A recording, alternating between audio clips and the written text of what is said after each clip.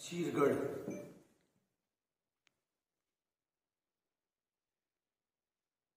जब अलग अलग जो विदेशी आक्रमणकारियों ने जो कब्जा किया, यहाँ जो पुराने पुराने जो पत्थर दिख रहे हैं वो भगवान के स्तूप, जो सम्राट अशोककालीन सारे ये जो दीवार, ये ऊपर का जो भाग यहाँ से वो सब जो दिख रहा है वो मस्जिद का, लेकिन भीतर का जितना सारे शून्यागार दिख रहे हैं ये भिक्षुओं के शून्यागार। भीतर सारा जहाँ खुदाई मिलेगी तो वहाँ स्तूपों के सारे अवशेष मिल जाएंगे। तो भला राजा कोई हो, जो भी राजा आएगा, जिसकी लाठी उसकी भैंस, ऐसे कहना है ना, होता है। लेकिन यहाँ जो आक्रमण हुए उसके बाद में इस गढ़ का नाम पहले असीरगढ़, जो असीत मुनि के नाम पर से यहाँ पर असीत पता नहीं, फिर असीतगढ़, तो असीत का गढ़ का ये असीरगढ़ हुआ। उसके बाद में उसका नामकरण उनका राज आ गया बुरहानपुर। पता नहीं अभी वो जैसे आरएसएस वाले लोग अभी बुरहानपुर का नाम ब्रह्मपुर रखने वाले, तो ऐसे हर जिन का राज आ गया वो अपना नामकरण करते रहा।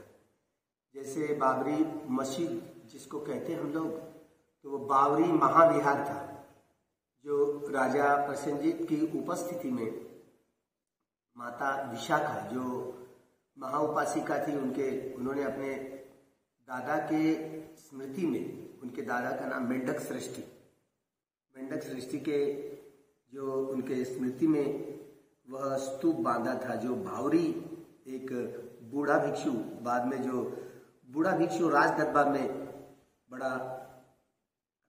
में रहता था, वो राजा प्रसेनजीत के, तो बूढ़ा भिक्षु उनका नाम बावरी था।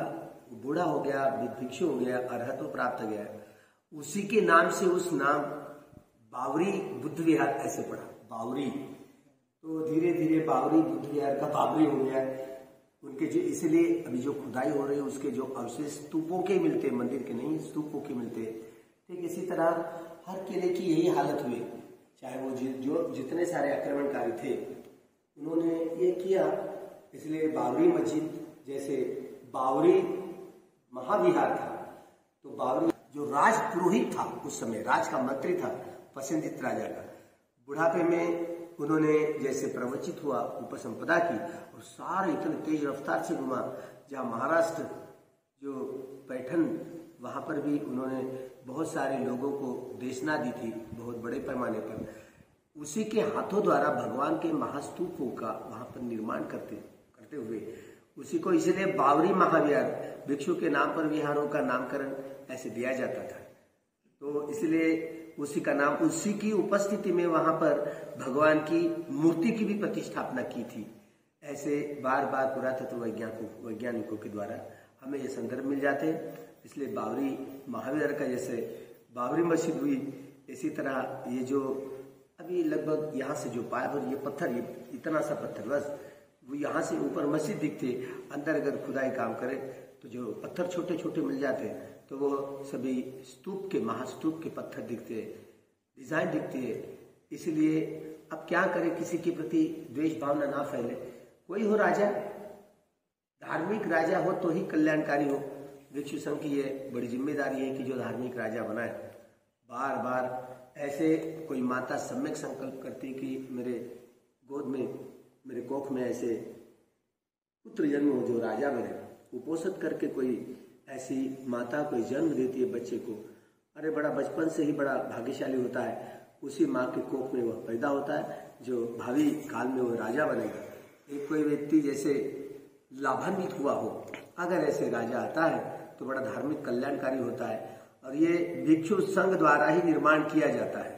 राजा ऐसे ऊपर से कोई टपकता नहीं है। जो माता 8 शील का नियमित रूप से पालन करती है ज्यादातर बहुत, और ऐसे सम्यक संकल्प करती है कि मैं ऐसे बच्चे को जन्म दूं जो राजा बने, तो ही वह राजा बनेगा और आखिरी संघ की बड़ी सेवा करेगा और राजा बनेगा और भी बड़ा धार्मिक काम करेगा। तो प्रजा के भौतिक या सारी जरूरतें, भौतिक जीवन को सजाने का काम करेगा, और यही नहीं आध्यात्मिक जीवन को सजाने का भी काम करेगा।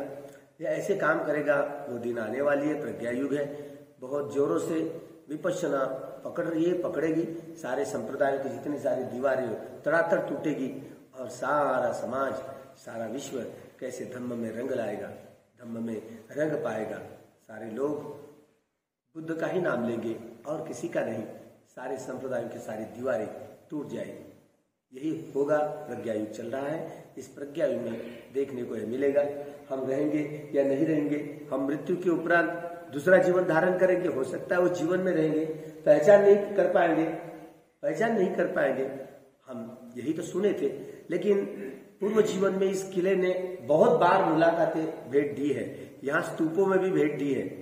हम कई बुद्धों के काल में मनुष्य भी जन्म लिए होंगे, हमें पता नहीं, लेकिन इस जगह पर जो आए हैं तो महास्तूपों का दर्शन कराने के लिए आए हैं। तो इस महास्तूप का जो बनाया वो तो सम्राट अशोक के जमाने से ही महास्तूप बने हैं। तो ये किले भी ऐसे बने हैं, तो पुरातन ये पहचान है, क्योंकि यह ब्राह्मणी संस्कृति या मुस्लिम संस्कृति की देन नहीं है। ये मुस्लिम संस्कृति की देन दिखती है ऊपर से, भीतर से, लेकिन जहाँ खुदाई काम शुरू करेंगे तो सभी बुद्ध के ही संस्कृति के अवशेष मिल जाएंगे। तो इसीलिए अभी भगवान के सद्धर्म को यही ठीक रूप से प्रचार एवं प्रसार करें तो न जाने यही सारा द्वितीय बुद्ध शासन खूब फूलेगा। यही कामना करते हुए यहीं पर से रजा लेते हैं। सुखी भवतु सब्बम मंगलम, सब्बम साधु साधु साधु।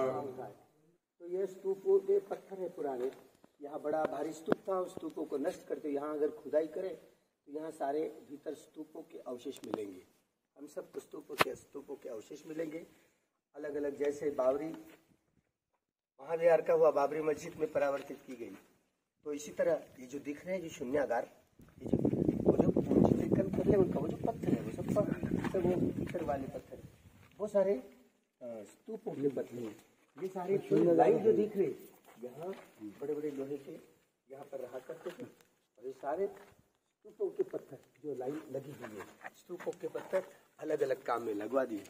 और यहाँ जो अभी मस्जिद दिख रही है, तो वही है पुरातन काल में जो भी राजा महाराजा आ जाते थे तो अपना हक बजाते थे। तो इसी तरह, लेकिन फिर भी अपनी जो यारदाश्त है, अपनी जो हिरासत है, वो हिरासत कहने का बहुत बड़ा सबूत यही है जो पुरातन यह महाविहार था। सुखी साधु साधु साधु।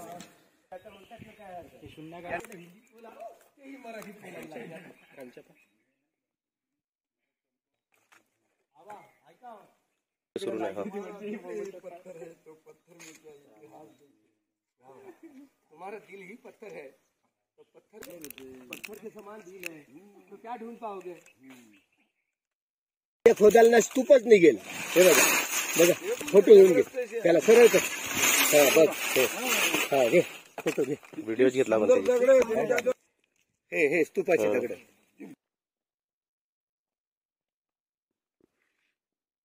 किती दगड फेकफाक करण्यात आला, वास्तू असं टाकायला लावतो, मुस्लिम वास्तू की बौद्ध स्तूप।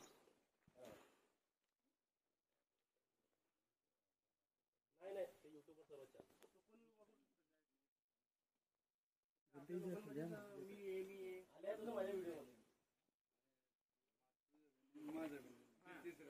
टाइम होतो लवकर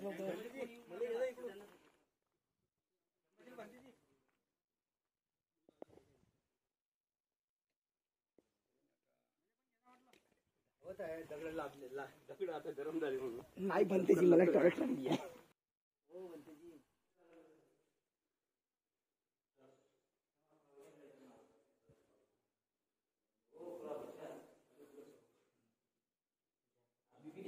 क्या बनते भाव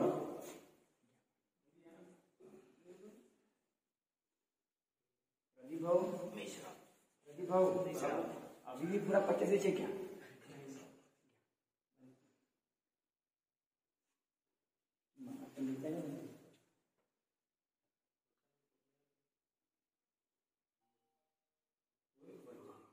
पूरा 50 या प्रवचन भेटून